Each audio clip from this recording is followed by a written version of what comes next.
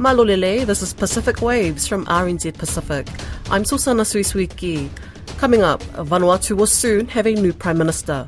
Also, the first thing that I'd like to see is to have more women in leadership in Palau. Pacific female leaders discuss gender equity in Suva, Fiji, and later, we will always be crippled by the fuel challenge. Caleb Fotheringham looks at climate financing for the Pacific. Vanuatu's parliament is set to elect a new Prime Minister after the country's highest court dismissed an appeal against the removal of Prime Minister Ismail Kausakau.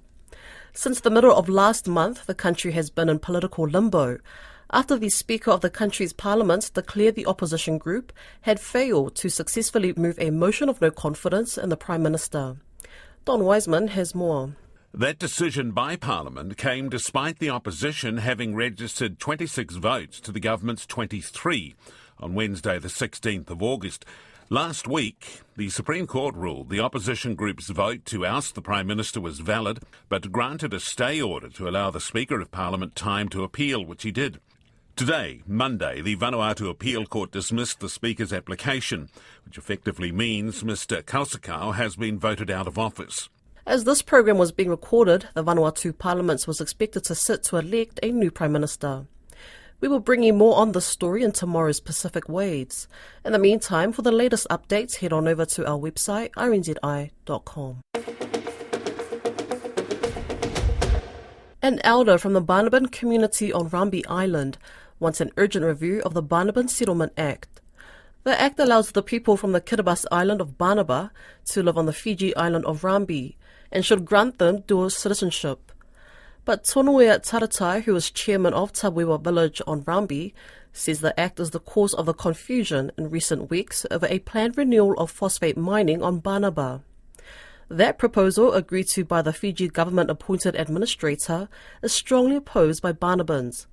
Mr Taratai explained the community's concerns to Don Wiseman. I think it's due to the powers vested onto our administrator, one man. And what I would like to see in the future is that we will plead to the Prime Minister of Fiji to restore our Rambi Council of Leaders back. But before he does that, we need to review our Banaban Settlement Act in light of ICAT recommendations. Because to my understanding, our Banaban Settlement Act is quite colonial in nature in regards to our position in the two sovereignties between Kiribati government and the Fiji government. And that causes a lot of confusion, which I think has caused this problem, giving the administrator certain powers here when it's a bit confusing to us, the Banaban people. We think we need our Rambi Council of Leaders back.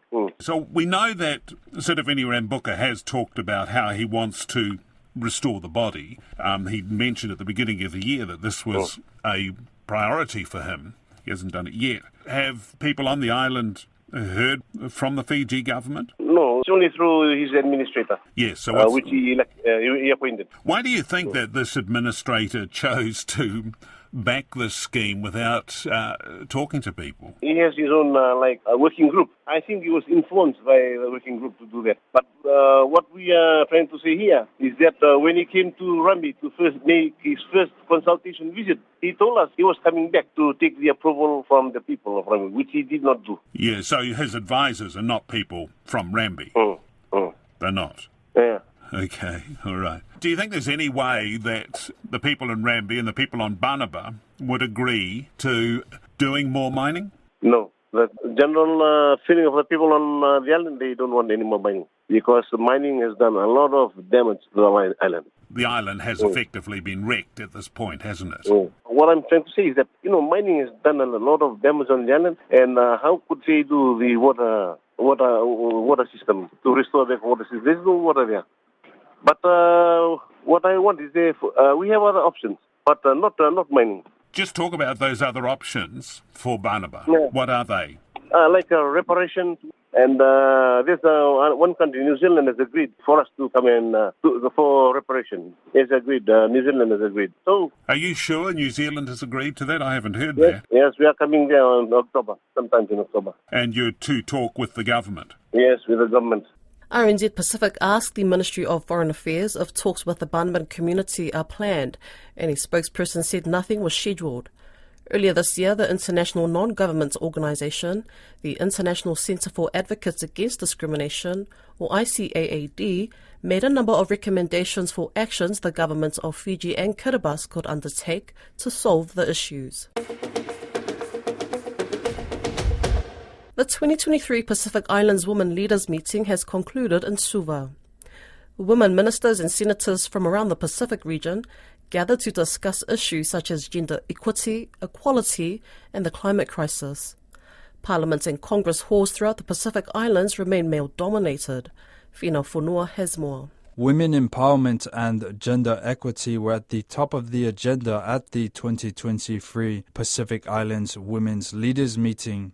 Samoan Cabinet Minister Matamoa Vasati Pulofana said at the conclusion of the meeting that her country is seeing greater participation from women in the country's politics. Pulofana said the election of Samoa's first female Prime Minister, Fiame Naomi Mataafa, serves as an inspiration for women wanting to pursue politics in the Pacific region. Pulofana says in spite of the progress, Samoan traditional cultural norms remain a barrier to women wanting to pursue leadership positions.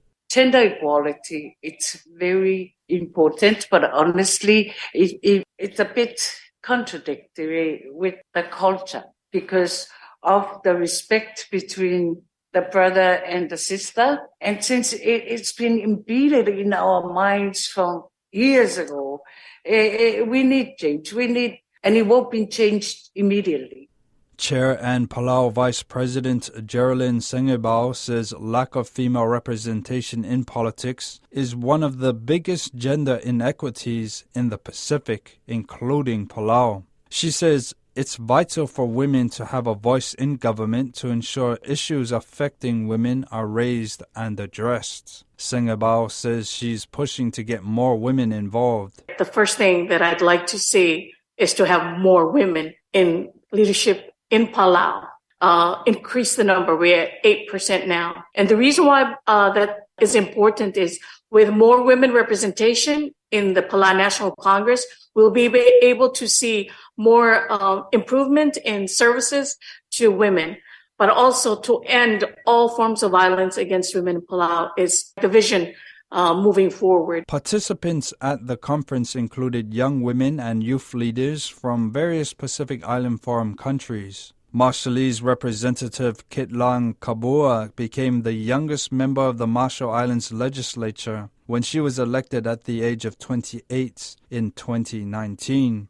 Kabua says she's pleased to see young women pursuing leadership careers. To hear from them and to see that they are very eager to help, to insert themselves in the conversation, to see these young leaders, up-and-coming leaders, be so energized and committed, I am very grateful. The 52nd meeting of the Pacific Islands Forum convenes in November. The Director of Climate Change at the Pacific Community, or SPC, says the region is getting a fraction of the climate financing it needs. Coral Pasisi says Pacific nations need $2 billion annually to mitigate climate impacts, but only sees $220 million. Ms. Pasisi also says Pacific nations' climate mitigation promises, called nationally determined contributions, are important despite the region's carbon emissions being insignificant on the global scale. She speaks with Caleb Fotheringham. Pacific countries need to set national determined contributions because they are parties to the convention, right? So that is a requirement for many reasons. Initially, this was about ensuring that countries could say what they are doing to help mitigate climate change. So originally this was about ensuring that the collective effort of countries can be calculated to see how we're changing the greenhouse gas total emissions. So it seemed to be a little bit less important for our small island states because they contribute so little. But in reality, when the world is moving from carbon-based energy systems and technologies to renewables, Our countries cannot be left on the wrong side of that technology change in the world, because it will have huge implications. If we remain dependent on fossil fuel, which is volatile and takes up huge portions of our government's bills, budgets, we will always be crippled by the fuel challenge. So we do need to move to an energy secure future, and renewables are it. If we don't, we will become the dumping ground of obsolete technology, as we have been for many years. When the world went digital and phone technology, we bought up all the analog phones for $1 a piece, and then they were obsolete the following year and ended up in our rubbish dumps. The same thing happened with combustion engines. When the cars became more fuel efficient, all of the cheap engines came down to the Pacific because that's what we could afford. The same thing has happened with fuel generators as well. We cannot continue to do that. We need to have progressive policies that help us shift to green energy just as the rest of the world does. And we have to walk the talk. If we want the rest of the world to move in the right direction of reducing greenhouse gas emissions, then our countries have taken a very strong stance that they will lead by example. As we get closer to COP, what are the Pacific's main priorities at the meeting? Yeah, I mean, this year is a big year for transparency, to make sure that we get an accurate idea on the total commitments that countries are making and where we are in the greenhouse gas emissions budget, so that we know more accurately what we need to urgently focus on. The establishment of the Loss and Damage Fund is also a very critical one. Of course, this is a fund that our members have been asking for nearly 30 years. And again, this has been led by one of our countries. Vanuatu was very strong in this right from the outset. All the leaders have come behind this, years of negotiations to get to this point. But even if we get an agreement on that fund, from my experience in being a part of the transitional committee to develop the Green Climate Fund, it takes another 5 years to set up all the institutional arrangements, policies, before you even become operational. Then you've got to educate country. That's a good 8 to 10 years before you actually start building a pipeline. We don't have enough time for that. So we need to, beyond these global movements, we need to start looking at regional ones, sub-regional ones and national ones that will get resources into countries immediately. Are Pacific nations getting enough climate financing right now? No. There's a short answer to that. We are vastly underserved in access to climate finance. And it's not just NDCs, it's their national adaptation plans as well, which have been in place for a while. You know, there's a $100 billion promise. Our region needs at least $2 billion a year.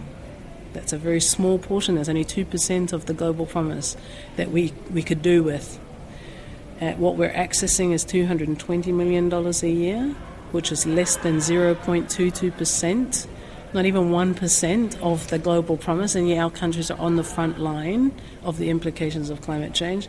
That's less than 7% of what they need.